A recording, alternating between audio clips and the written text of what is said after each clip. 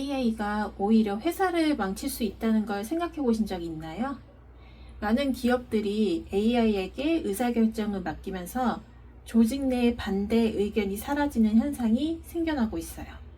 리더가 보고 싶은 데이터만 AI가 맞춤형으로 제공하거든요. 결국 아주 똑똑한 예스맨들만 가득해진 회사가 된 거예요. 이런 리스크가 왜 생겨났는지 오늘 같이 알아볼게요. 혹시 에코 챔버라는 말 들어보신 적 있으신가요? 확증 편향이라고 하면 아실 거예요. 원래 이 단어는 SNS에서 나온 개념이에요. 유튜브나 인스타가 내가 좋아하는 것만 계속 추천해주고 띄워주면서 사람들이 자기 생각 안에 갇히는 걸 말해요.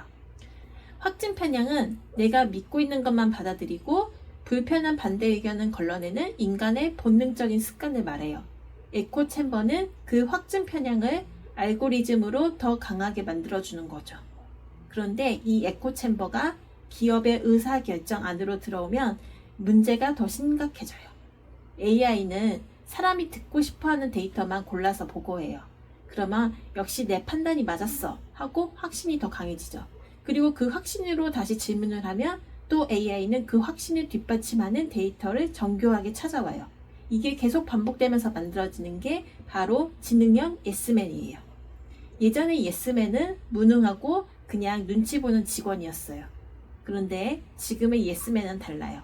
데이터를 보여주고 논리적으로 설득하고 심지어 반박도 해주면서 어려운 분석도 해주니까 너무 똑똑한 거예요. 그러니 리더는 자기 입맛에만 맞는 의견을 보고하는 AI가 너무 똑똑하고 예뻐 보이는 거예요. 역시 내 생각이 맞았어. 내 확신이 맞았어. 하고 생각하게 되고요. 이렇게 회사에 너무나도 위험한 지능형 예스맨이 생겨나는 거예요. 왜 이런 현상이 일어나는지 원리를 볼게요. 첫 번째, 가용성 편향의 심화예요. 사람은 쉽게 떠오르는 것부터 믿어요. 과거에 내렸던 결정들, 자주 쓰는 키워드들, 선호하는 경향을 AI가 학습해요. 그리고 거기에 맞는 정보를 제공해요. 리더는 자기가 원하던 데이터가 눈앞에 딱 나타나니까 그게 맞다고 생각해요. 두 번째, AI 아첨이에요. AI는 진실을 말하는 것보다 사용자를 기쁘게 하는 것을 더 우선하도록 하고 있어요. 왜 이렇게 됐냐면 AI를 훈련시킬 때 어떤 의견에 더 좋은 점수를 줄지 피드백을 줄 수 있게 했거든요. 아마 챗 GPT 쓰실 때 가끔 이 화면이 뜨는 거 보셨을 거예요. 사람들은 자기 의견에 동의해주는 답변에 더 높은 점수를 줬어요. 그래서 AI는 사람은 반박하는 것보다 동의해주는 걸 더 좋아하는구나 하고 틀려도 계속 맞다고 맞장구 쳐주는 거예요. 2025년 오픈 AI에서도 이걸 공식적으로 인정했어요. 챗 GPT가 시스템이 고객을 돕는 것보다 고객을 기쁘게 하는 거에 최적화되도록 학습됐다고요.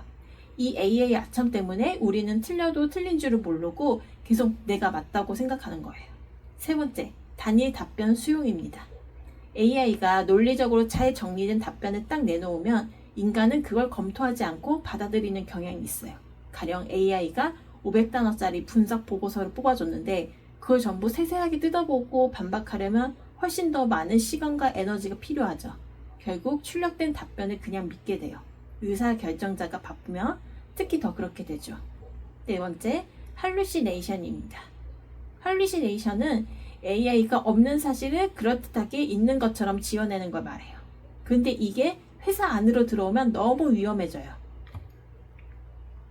AI에게 우리 다음 분기 전략이 맞는지 검토해줘 라고 물어보면 AI는 굉장히 구체적으로 분석한 것처럼 해서 맞다는 방향으로 답변을 해줘요.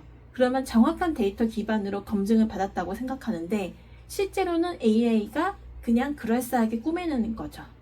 이 과정이 반복되면 리더의 확신은 점점 강해지고 조직 전체가 거대한 착각에 빠지게 되는 거예요. 예전에는 회의 중에 반대 의견을 내는 사람이 있었어요. 그러면 의견을 듣고 한 번 더 검토해보면서 더 나은 방향으로 개선할 수 있었어요. 근데 AI 아첨이 반대 의견을 점점 없애고 있어요. 현업에 계신 분들은 리더가 AI로 이것저것 뽑아와서 자기가 보니까 이게 맞다고 확신에 가득 차 있는 모습을 종종 경험하셨을 거예요. 이게 바로 너무 똑똑한 예스맨 AI 때문이에요. 그 다음으로 위험한 건 AI가 조직의 내부 정보만 받아들이고 계속 재학습하면서 점점 현실과 멀어지는 거예요. 숫자적으로 이게 얼마나 심각한지 볼게요. 이건 미국 기준인데 2025년 4분기 기준으로 AI를 도입한 기업이 78%라고 해요. 그리고 정보 검색용이 아니라 AI 에이전트가 실제로 업무를 수행하도록 맡기는 기업이 52%라고 해요. 결국 절반이 넘는 기업이 의사결정을 AI에게 맡기고 있는 거예요. 가트너 보고서에서는 AI를 너무 믿은 결과 실제로 사람들에게 물리적, 금전적인 피해가 발생하고 기업에 대한 소송으로 이어지는 사례가 2026년 말까지 2,000건을 넘어설 거라고 예측했어요. 의료, 금융, 안전 관련 의사결정에서 AI가 내린 판단을 그대로 검증 없이 받아들였다가 큰 문제가 생기면 그 책임은 기업이 지는 거예요. 법정에서 AI가 그렇게 하라 했습니다 라는 변명은 통하지 않죠. 그럼 어떻게 해결해야 할까요? 바로 인간이 방향키를 잡는 거예요. 기존에 여러분은 AI한테 먼저 물어보고 그 답변을 검토했어요. 이제는 인간이 먼저 가설을 세우고 AI한테는 그 가설에 대한 반론을 요청하고 검토해서 인간이 최종 결론을 내리는 거예요. AI를 답을 주는 도구가 아니라 반론을 생성하는 도구로 쓰는 거죠. 이렇게 프롬프트를 입력하시면 돼요. 이 전략에 반론을 제시해줘. 이 판단이 틀렸다고 가정하면 그 이유는 뭘까? 하고요. 이렇게 하는 것만으로도 AI 아첨을 어느 정도 걸을 수 있어요. 역사적으로 뛰어난 리더 곁에는 반드시 직언을 하는 참모가 있었어요. 그건 아닌 것 같습니다 하고 쓴소리를 해줄 수 있는 사람이요. AI 에코챔버는 그 참모 자리를 똑똑하지만 절대 NO라고 말하지 않는 직원으로만 채운 결과예요. AI가 멍청해서가 아니라 오히려 너무 똑똑해서 사람의 평양을 합습하고 그에 맞는 답변만 해주면서 계속 착각하게 만드는 거예요. AI에게 너무 의존하면서 사람이 스스로 판단하는 능력 자체도 잃어버리고 조직도 퇴화시키지 않으려면 먼저 생각을 하고 질문을 해야 합니다. AI를 고분고분한 예스맨이 아닌 참모진으로 쓸 수 있는 건 어떤 질문, 즉 프롬프트를 입력하느냐로 결정됩니다.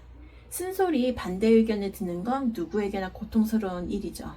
하지만 더 나은 결정을 위해서라면 그 편향을 깨트릴 용기가 필요합니다. 아첨에 속지 않고 불편한 의견도 받아들이는 것. 그것이 인공지능 시대에 필요한 진짜 경쟁력입니다.